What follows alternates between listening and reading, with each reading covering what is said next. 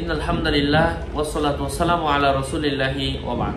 আজকে এই ভিডিওতে আলোচনা করব মনের আশা পূরণ হওয়ার জন্য একটি দোয়া, যে দোয়ার ব্যাপারে হাদিসের মধ্যে এসেছে এই দোয়াটা যদি কোনো ব্যক্তি পাঠ করে আল্লাহ সুবহানাহু ওয়া তাআলা তার কঠিন কাজগুলো আল্লাহ পাক সহজে করে দেন, তার অসম্পূর্ণ কাজগুলো আল্লাহ সুবহানাহু ওয়া তাআলা পরিপূর্ণ করে দেন।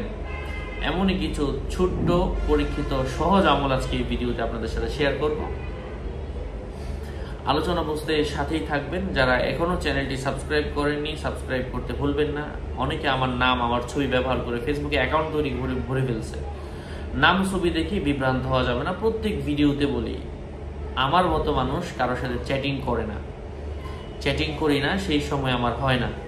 আমার নামে হাজার অ্যাকাউন্ট চ্যাটিং করছে, দরকার কি? লেনদেন করছে, কেন দরকার? আমি তোমাকে টিউটোরিয়াল দিচ্ছি, তোমাকে আমলের পরামর্শ দিচ্ছি, তুমি করো।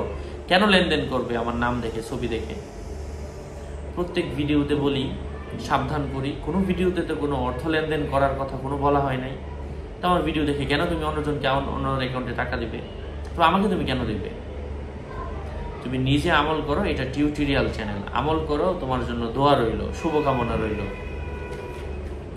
তুমি আল্লাহর পথে কিভাবে যাবে এমন দিক নির্দেশনা আমি তোমাকে দিচ্ছি, যা হাদিস থেকে আমি পেয়েছি।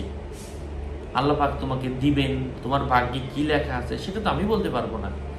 আমি কোরআন হাদিস থেকে পেয়েছি, আমলগুলো জানাচ্ছি। তুমি ইয়াকিনের সাথে করো, যদি তোমার আল্লাহর কালামের প্রতি বিশ্বাস থাকে। না থাকলে তো তোমার মুসলিম থাকার কোনো প্রশ্নই ওঠে না। যাই হোক, আমি আগেও বলেছি, আবারও বললাম, বিভ্রান্ত হওয়া যাবে না নাম ছবি দেখে। 15,000 ভিডিওতে সুদা প্রত্যেক ভিডিওতে বলছি, একই কথা বলছি।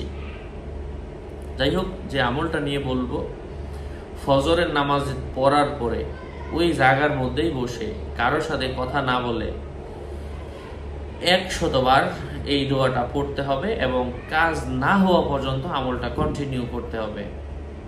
ইনশাআল্লাহ প্রত্যেক দিন 100 বার করে এই নিয়ম কোনো ব্যক্তি যদি অনুসরণ করে, আল্লাহর নাম, আল্লাহর কোরআন হাদিসের বর্ণিত এই দোয়াগুলা আল্লাহ পাক তার জীবনে ভাগ্যে ফলায়া দেন। এমনই কিছু দোয়া আজকে ভিডিওতে বলে দিচ্ছি।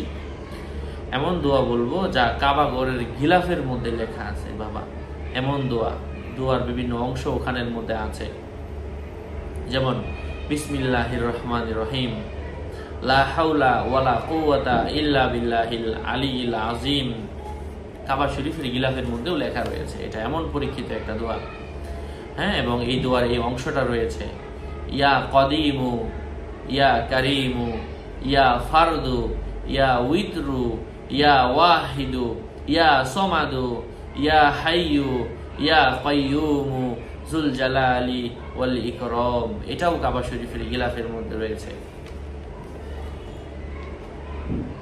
আশা করছি বুঝতে পেরেছেন। আরো আপডেট পেতে সাথেই থাকবেন। মনের আশা পূরণ হওয়ার জন্য ইয়াকিনের সাথে, ইখলাসের সাথে আমল করবেন। আপনাদের মঙ্গল এবং দীর্ঘায়ু কামনা করে এখানেই শেষ করছি। দেখা হবে অন্য কোনো ভিডিওতে। আসসালামু আলাইকুম ওয়া রাহমাতুল্লাহি ওয়া বারাকাতুহু।